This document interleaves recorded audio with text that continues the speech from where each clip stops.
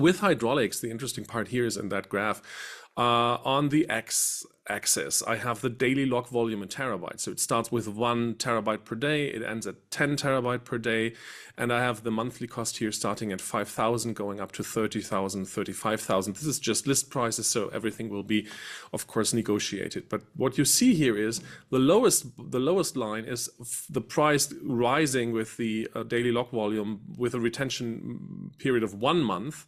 The highest line is that for a retention period of 18 months. So what you can see here is going from 1 month to 18 months increases the retention period by 1,800%. So it's a huge increase in retention period, but the price only goes up by 7K here based on list prices, which is an increase of 27%. So with a small increase in payments, you get a huge increase in retention period because storage is decoupled and you can use cheap storage here. So in fact, going from 6.4 terabyte daily log volume to 10 is the same additional price per month than going from 1 month retention period to 18 months, which is a huge win in systems like this.